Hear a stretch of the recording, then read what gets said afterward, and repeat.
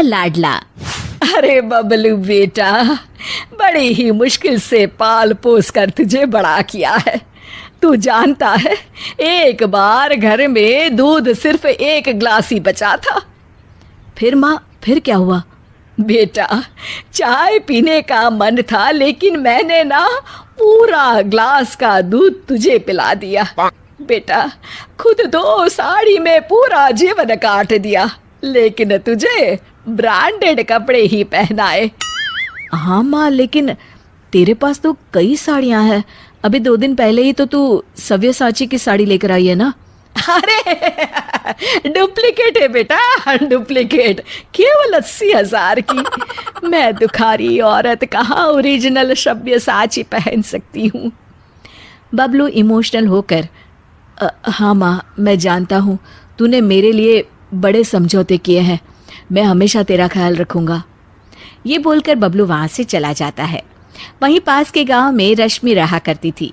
रश्मि एक बहुत ही व्यवहार कुशल लड़की थी। ये देख माँ, मैंने ये चादर सिली है और इसमें कढ़ाई की है। ये मैं अपनी होने वाली सास के कमरे में बिछाऊंगी। हाँ बेटा, जरूर। माँ, मेरी शादी जिस भी घर में होगी ना, मैं उस घर को स्वर्ग बना दूंगी। तभी रश्मि का भाई वहां आ जाता है। हाँ, और वहां रहने वालों को स्वर्गवासी। अरे चुप रह, सारा दिन काम काम काम।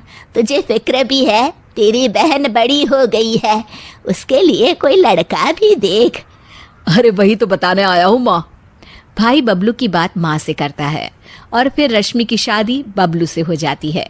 रश्मि शादी के बाद, माँ जी, मैं आपके पैर में तेल लगा देती हूँ, सारा दिन आप थक जाती होंगी ना। ये बोलकर वो सास के पैर में तेल लगाती है। रश्मि सास का कमरा सजाती, उनके कपड़े ठीक करती और हमेशा हर जगह उनके साथ जाती। लेकिन सास तो सास है। एक दिन रश्मि की माँ उसके ससुराल आती है। अरे रश्मि बेटा, कैसी है तू? बहुत दिन हो गए, तुझे देखा नहीं तो मिलने आ गई। अरे माँ, आप बताया नहीं कि आप आने वाली हो, मैं आपके लिए कुछ अच्छा बनाती। तभी वहां रश्मि की सास आ जाती है। अरे बेटी के घर का तो पानी भी नहीं पिया जाता रश्मि बहू। वो तो बहुत पुरानी बात है माँ जी। माँ तो इतनी दूर से आई हैं, कुछ खाएंगी नहीं तो कैसे होगा। अरे नहीं नहीं रश्मि, कोई बात नहीं, बस तुझसे मिलने और तुझे देखने का मन था, सो चली आई। अच्छा, अब चलती हूँ। रश्मि को सास की बात का काफी बुरा लगता है, लेकिन वो कुछ नहीं कहती। अगले दिन, अरे बबलू, तेरी सास आई थी कल, बेटी के घर आई और वो भी खाली हाथ। मैंने तो खड़े पैर ही वापस करवा दिया। ठीक किया माँ, आप जो कहेंगी करेंगी, वो कभी गलत हो ही नहीं सकता। रात में रश्मि बबलू के कमरे में आने का इंतजार करती है। आज तो मैं इनसे पूछ कर ही रहूंगी, ये क्या तरीका होता है। मेरी माँ इतनी दूर से आई और बिना कुछ खाए पिए चली गई। बबलू की माँ बबलू को कमरे के बाहर ही रोक लेती है। अरे बबलू बेटा, जरा पैर तो दबा दे। माँ, मैं थक गया हूँ, रात काफी है, कल दोपहर में रश्मि दबा देगी। हाँ हाँ, तेरे लिए तो रात हो गई। जब तू छोटा था, पूरी रात जगाता था, तब मैं सारी सारी रात तुझे गोद में लेकर बैठी रहती थी। हाँ माँ, ये तो सिर्फ माँ ही कर सकती है। और फिर वो माँ के पास जाता है और उसके पैर दबाने लगता है। पैर दबाते दबाते उसे नींद आ जाती है और वो वहीं माँ के पास सो जाता है। सुबह वो अपने कमरे में जाता है तो रश्मि उससे कहती है, कल आप कमरे में नहीं आए, मुझे आपसे बात करनी थी। हाँ हाँ, करते रहो बात, लेकिन याद है ना आज मेरा ऑफिस भी है। देखिए, कल मेरी माँ आई और... हाँ हाँ रश्मि, छोटी सी बात का बवाल मत मचाओ। तुम्हारी माँ खाली हाथ ही आ गई, ये तो कोई तरीका नहीं होता ना। रश्मि समझ जाती है कि बबलू को उसकी माँ ने अच्छे से कान भरे हैं। वो उस वक्त तो कुछ नहीं कहती, लेकिन ठान लेती है कि वो सासू माँ को सुधार कर ही रहेगी।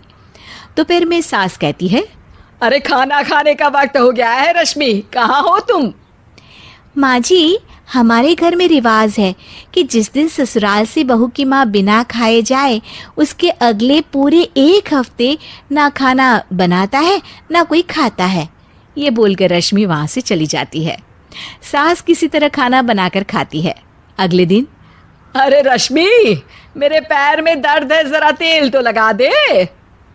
अरे माँ जी, मेरे खुद के हाथ में दर्द है, मैं कैसे तेल लगा सकती हूँ, खुद ही परेशान हूँ। ये बोलकर वो फिर वहां से चली जाती है। सास परेशान होकर अपनी बेटी को बुलाती है कि वो रश्मि से बात करे। अगले दिन ननद कहती है, अरे भाभी, माँ की चाय का वक्त हो गया है, क्यों कोई उन्हें चाय नहीं देगा क्या? अरे आप ही दे दीजिए ना ननद जी, मैंने तो रोका नहीं कि किचन में ना जाए। ननद जाकर सारी बात बबलू को बताती है। अरे रश्मि, तुम्हें क्या हो गया है? क्या तुम भूल गई कि ससुराल में कैसे रहा जाता है? नहीं जी, बिल्कुल नहीं भूली मैं, लेकिन जहाँ मैं बेटी बनकर रह रही हूँ, हर किसी का ख्याल रख रही हूँ, वहीं मैं अपनी माँ की बेइज्जती भी बर्दाश्त नहीं कर सकती। हाँ माँ, भाभी तो सही कह रही है, इज्जत लेने के लिए सबकी इज्जत भी करनी जरूरी है। अगर मेरे ससुराल से मैं तुम्हें ऐसे भगा देती तो। अब समझ गई, माफ कर दो मुझे। रश्मि ने बहुत अच्छे से घर को चलाया, अपना समझ कर रही, और इतना ही नहीं, बबलू से ज्यादा ख्याल भी रखा। लेकिन मेरा भी फर्ज था कि मैं उसकी भावनाओं को समझती। मुझे माफ कर दे बहू। माँ का श्राद्ध। अमित और सुमित की माँ का श्राद्ध करना था। सारी तैयारियां हो चुकी थी। श्राद्ध की पूजा के एक दिन पहले सुमित और अमित अपने बच्चों के साथ बाजार गए थे। नानू बेटा, अपनी चॉकलेट शानू के साथ शेयर करो। मैं अपनी चॉकलेट शानू को क्यों दूं? अरे क्यों बेटा, वो आपके अंकल का बेटा है। नहीं दूंगा। दे दो बेटा, वो तुम्हारा भाई है, चलो दो। मैं क्यों दूं? तुम अच्छे काम करते हो ना बेटा। हाँ, हमेशा करता हूँ। तो फिर दे दो। शेयर करना बहुत अच्छी बात होती है, और तुम ऐसा करोगे तो मुझे भी अच्छा लगेगा। पापा को हैप्पी हैप्पी करोगे ना बेटा। अरे वाह, अच्छी बात होती है तो जरूर करूँगा, आपको हैप्पी भी करूँगा। नानू अपने पापा की बात मान के सुमित को चॉकलेट दे देता है। थैंक यू नानू। अरे खा लो, शेयर करना अच्छी बात होती है, मैं पापा को हैप्पी भी कर दूँगा। नानू बड़े भाई अमित का बेटा था और शानू छोटे भाई सुमित का बेटा। अमित और सुमित हमेशा ऐसी बातें करते जिससे दोनों बच्चे कोई अच्छी बात सीख सके। श्राद्ध की पूजा का सारा सामान ले लिया गया था। खाने पीने में लगने वाली चीजें, पूजा हवन में लगने वाली सामग्री और घर की साज सज्जा का सामान भी। अगले दिन बहुत अच्छे से पूजा हुई, मेहमान आए। सबने अमित और सुमित की माँ के श्राद्ध में उनकी माँ और परिवार के लिए प्रार्थना की। चलो बढ़िया रहा सब, ऊपर से माँ देखेंगी तो बहुत खुश होंगी। हाँ, सब कुछ बिना विघ्न के हुआ। माँ जहाँ भी होंगी वहाँ बड़े आराम से होंगी।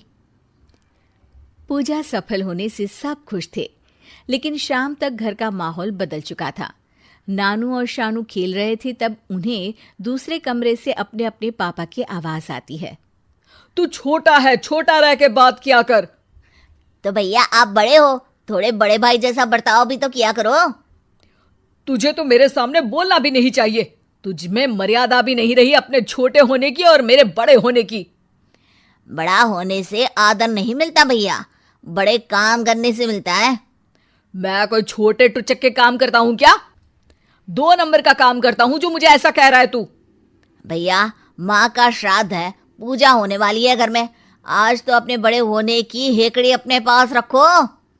वही तो मैं तुझसे कह रहा हूँ, माँ के श्राद्ध की पूजा है, आज तो अपनी जुबान काबू में रख ले। दरअसल दोनों भाइयों में इस बात को लेकर लड़ाई हो गई थी कि माँ के श्राद्ध की पूजा में किसका कितना खर्च हो रहा है। हिसाब में गड़बड़ थी, जिस पर दोनों भाई लड़ पड़े थे। दोनों को ही लगता था कि दोनों में से किसी एक भाई ने हिसाब में बेईमानी की है और पैसा खा लिया है। मैंने गेहूं, आटा चक्की, घी और मसालों में पैसे दिए थे।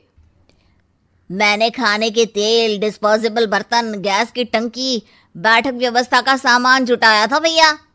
मैंने सब्जी, सलाद, फल और नाश्ते में पोहे जलेबी की व्यवस्था की थी। मैंने चाय पत्ती, दूध, शक्कर, अदरक, हलवाई की फीस, सफाई वाले की फीस, घर सजाने की माला और लाइट में पैसा लगाया था। घर सजाने के लिए केले पत्ते, दीवारों पे रंग तो मैंने कराया था। पंडित जी की फीस मैंने दी थी, मैंने।